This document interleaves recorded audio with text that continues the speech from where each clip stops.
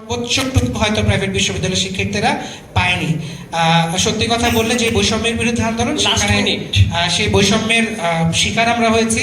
আমরা যদি লক্ষ্য করে থাকি, জাতীয় পর্যায়ে স্থানীয় পর্যায়ে নানানভাবে সুযোগ ছিল বেসরকারি বিশ্ববিদ্যালয়ের শিক্ষার্থীদেরকে সরকারের অংশ করে নেওয়া কিংবা গঠনমূলক কাজে আরও অংশগ্রহণ করে নেওয়ার সুযোগ দেওয়া, কিন্তু আমাদের বাংলাদেশে যে প্রথাগত কালচার রয়েছে, যে কালচার আসলে প্রাইভেট বিশ্ববিদ্যালয়ের শিক্ষার্থীদেরকে পেছনে ফেলে রাখা হয়, সেটার কন্টিনিউশন এখনো চলছে।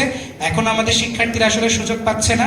আজকে যেহেতু একটা বড় মঞ্চ পাওয়া গেছে, এই মঞ্চে আমি আসলে একটা দাবি জানাতে চাই। এটা আসলে আমাদের অধিকারের জায়গা, এটা আমাদের আপনাদের সবার প্রতি দাবির জায়গা যে জাতীয় পর্যায়ে সহ স্থানীয় পর্যায়ে এখানে যতগুলো সংগঠন রয়েছে, সেখানে রাজনৈতিক দল আছে, সরকারের বিভিন্ন প্রতিষ্ঠান রয়েছে, এছাড়াও বেসরকারি বিভিন্ন প্রতিষ্ঠান রয়েছে। আপনারা প্রাইভেট বিশ্ববিদ্যালয়ের শিক্ষার্থীদেরকে সুযোগ দিন, তাদেরকে দেশের জন্য কাজ করার সুযোগ দিন, তারা যেন জাতীয় রাজনীতিতে ভূমিকা রাখতে পারে সেই সুযোগটা তাদেরকে সৃষ্টি করে দিন।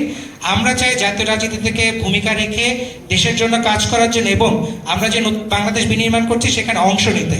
এবং একই সাথে আমি আরেকটা জিনিস বলতে চাই, আজকে আমরা যেহেতু ঐক্য নিয়ে কথা বলছি, আমরা প্রাইভেট বিশ্ববিদ্যালয়ের শিক্ষার্থীদের পক্ষ থেকে দেশের সব রাজনৈতিক পক্ষকে বলবো, সংস্কার, নির্বাচন, বিভাজন ইত্যাদি বাদ দিয়ে দেশের স্বার্থে আপনারা আবার ঐক্যবদ্ধ হন।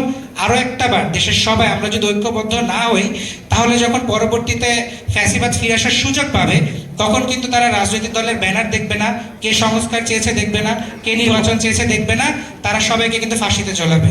সুতরাং সবাই ঐক্যবদ্ধ হয়ে আমরা দেশের জন্য লড়াই করব, এবং একই সাথে বেসরকারি বিশ্ববিদ্যালয়ের শিক্ষার্থীদেরকে আমরা সুযোগ করে দিব, এই কামনা রেখে আমার আজকের বক্তব্য